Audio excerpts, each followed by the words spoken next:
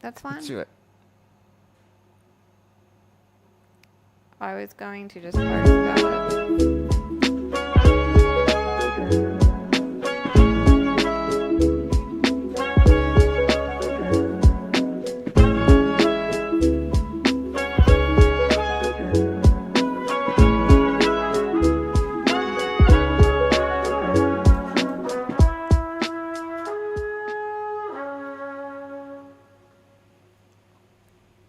Welcome to Alongside Lauren. I'm Lauren and I'm so glad that we get to spend a little bit of time this Sunday afternoon getting some things prepared that are going to make our life in the coming week just that little bit easier.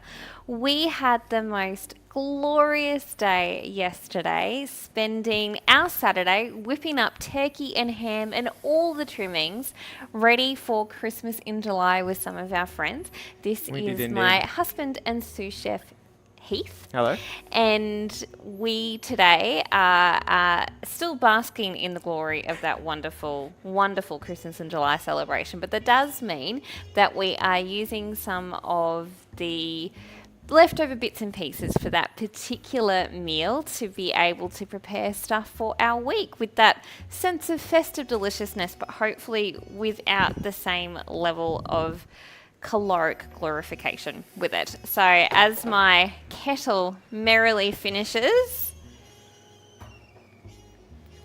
I've got some chickpeas that I have got cooking away, which are going to go into the turkey soup that we prepared. But first of all, we are going to be having a sort of leftover frittata, I guess, for our lunches this week. So this has got a basis of some of the leftover roast veg from last night. So we've got roast pumpkin, roast sweet potato. When I cooked our turkey, which I smoked in our barbecue, and oh my goodness, it was so tasty, if I do say so myself. So when I roasted the turkey, I had an onion inside the turkey, and so I've got that onion in there, and some chopped up leftover bread rolls, some leftover ham, and some cheese left from a couple of cheese boards as well. And what I've got here is a mixture of 10 eggs with some rocket and spinach, which I'm going to pour in. So it's a frittata, but I guess because of the bread fact, oh heck, I'm gonna completely miss it. What were you saying? Because of the bread? Because of the bread, like it is a sort of, I guess, ostensibly a frittata, but it's almost like a savoury bread and butter pudding almost, in a way. No Because of that complaints. bread. Love a bit of bread and butter pudding. I now A just bit of need bread to... and butter pudding. Yep. That's hard to say. Yeah. And yeah, so and with the spinach and the rocket in there as well. So I'm going to just get my hands very messy after I'd placed everything so nicely and delicately. And we'll pour just that last little bit of the spinach, rocket and egg mix.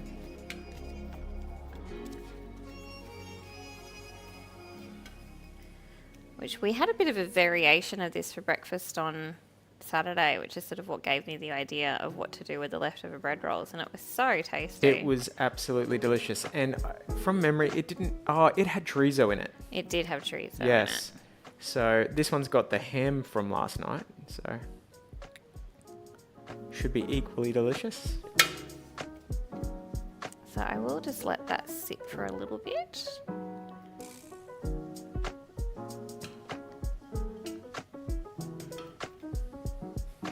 Kind of just very elegantly squidge the bread down. Elegant Squidge. The elegant squidge. A terrible Pub name. And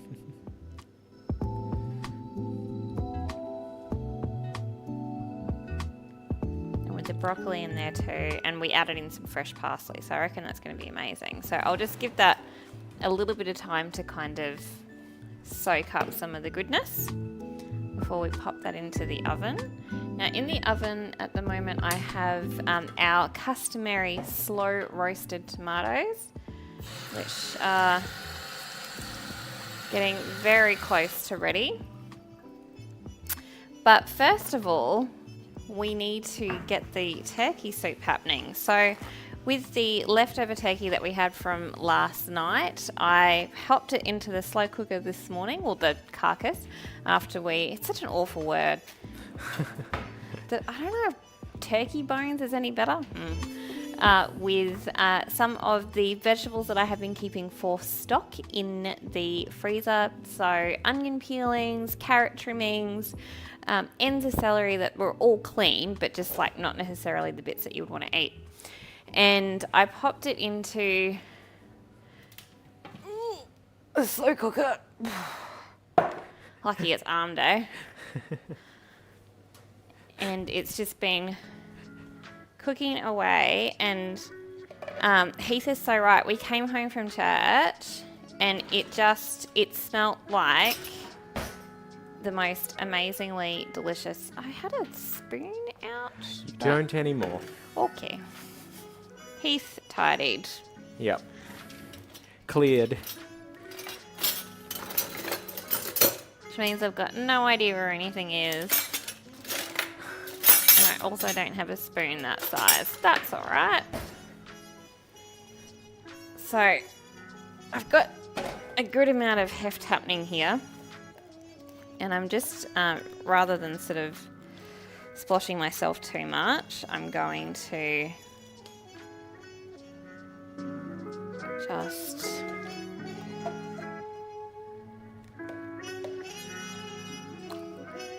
So you're just putting the large pieces into the colander? Yeah. Mm-hmm.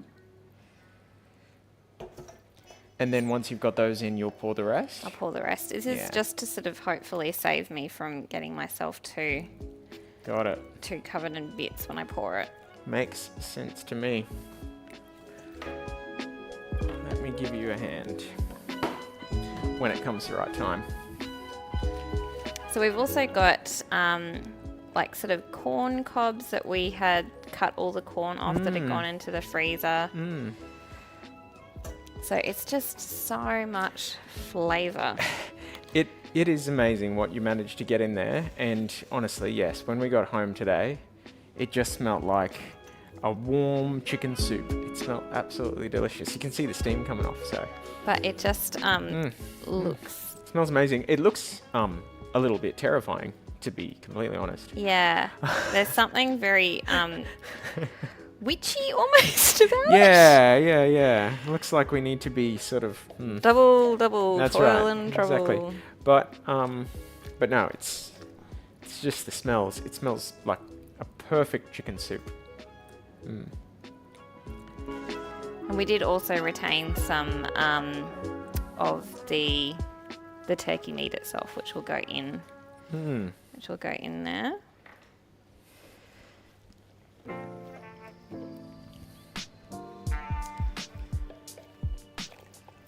But my word, there's a lot of detritus. So, I think the corn cobs are the most interesting thing that you put in there, if you ask me. Yeah, and I totally understand the turkey frame because there's so much meat on it, and the bones themselves have a bit of flavour. But I never would have thought that the corn cobs could add so much corn flavour, and you can just smell it. Yeah, and that's a tip from my Thermomix consultant, Liz. She makes a really amazing chicken and corn soup, and she always adds the corn cobs in when she. It's very clever. When she it's makes very it. clever. Now I tell you what's maybe a tad less clever is just how full that is getting. Yeah, I know. So you might have to do it in like batches or something like that. Yeah. Yep. That is looking very full.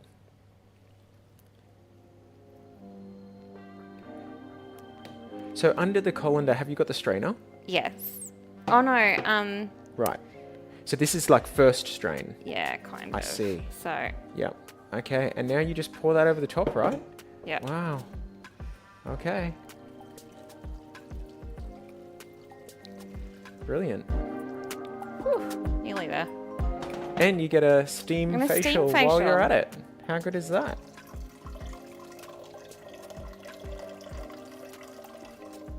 But it's just like flavor city. I love it. Oh heck. All right, I think you did well. Yeah. All right. So, I just want to make sure that I've got, everything in there. and that I haven't got like too much in the way of like random like little bones or other bits and pieces. The other really interesting thing that you've got going on in there is the onion skins. I was pretty, I don't know, I felt a little bit iffy about that, but we're only selecting the prime onion skins, Yes. the ones that were clean and looked good, didn't Yeah. have any dirt on them, didn't have any sort of like deterioration or anything. Yeah. They were just there, and it's added so much color and so Yeah. much smell, like the It's smell. amazing just how much of the flavor is in. Yeah. The onion skins, which we Yeah, would have which thrown away seems- or put in the compost bin, Yeah. you know. So, yeah, it's Do you amazing. want to just Yep, so I can lift this out perfect? and I'll just let it drain for a little bit.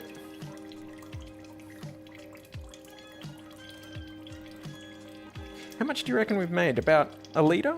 Litre and a half?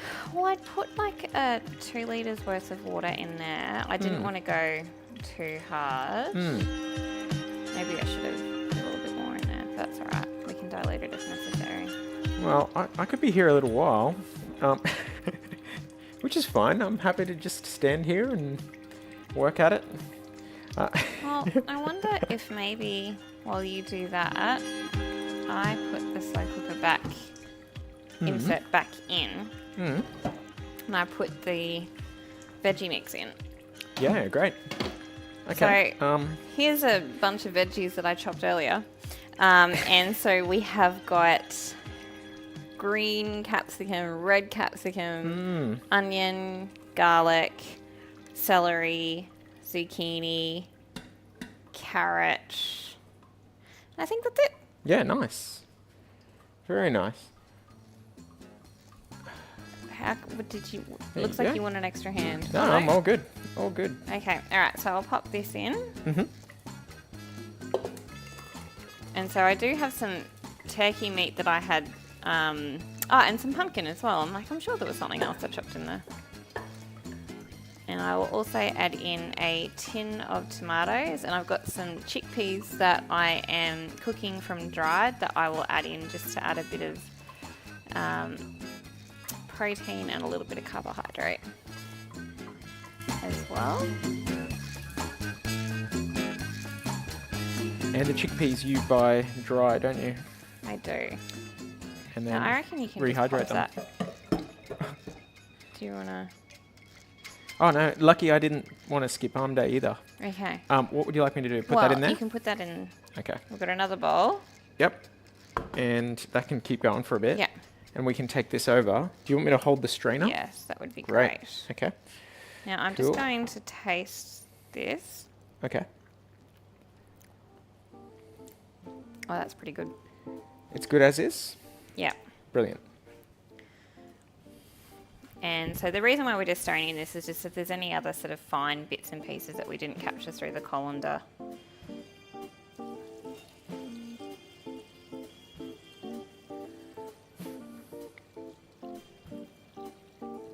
Yep. So we've got a handful of things, but they're very fine. Amazing. Perfect. Okay. And what I've also got is we did have just some leftover additional juices from cooking the turkey that didn't go into the gravy because there was quite a bit of that sort of liquid gold left. So, Oh, so that's not honey. no, that's not honey. I'm glad. Oh man, and we are very because- fortunate that. And that is just, Oh right. yeah. It's just like a jelly. Yeah. And so that's That's because amazing. it's got some of the, I guess, sort of the collagen and stuff that's broken down from the from the turkey itself. So This is still happily I'll put dripping the lid away, on and that. probably got a teaspoon so far. Oh, I don't know how excellent. much more you want. you know. And so what I'll do now is just, and I've got some bay leaves and thyme Oh, yep. that I will pop in Just straight on top. straight on top. Yep. And I'll just Cool. check and see how my slow oven roasted tomatoes are going. Cool. Oh, they look pretty good. They look pretty good. So they've been in the oven for 3 hours at 140. And they are looking pretty darn good. We love yeah. these. And these are so good to have with breakfast. We have them with our sourdough, avocado toast, and some roast pumpkin as well. And it's really not something that takes a lot of effort. It makes me feel really fancy. And it tastes so good. It tastes so good. So we'll pop that there. And I'm just getting the oven to go up to temperature so I can pop this. The frittata thingamabobber. Yeah, and the bread is starting to soak up the Oh, yep, nice. lovely egg mix. Mhm. Continue just to give it a little bit of a squish. Always good. Squish test. Squish test. The famous Lauren squish test. Yeah. And that's not too far from going in there. Give my hands a little bit of a wash. But that just looks so disgusting, the leftover bits from the soup. But I know that is going to be amazing. And I don't want anyone to have to watch me do this, but I am still going to go through to see if there's any meat left in there that I can add into the soup as well, if I'm completely honest. And it really hasn't taken an awful lot of time for us to be able to further extend the leftovers from the delicious meal that we already had, so that we're able to continue to enjoy the fruits of our labour in the coming week. And I hope that you also have had an opportunity to do just a little something this afternoon that future you is going to thank you for. And we can't wait to do it all again next Sunday on Alongside Lauren.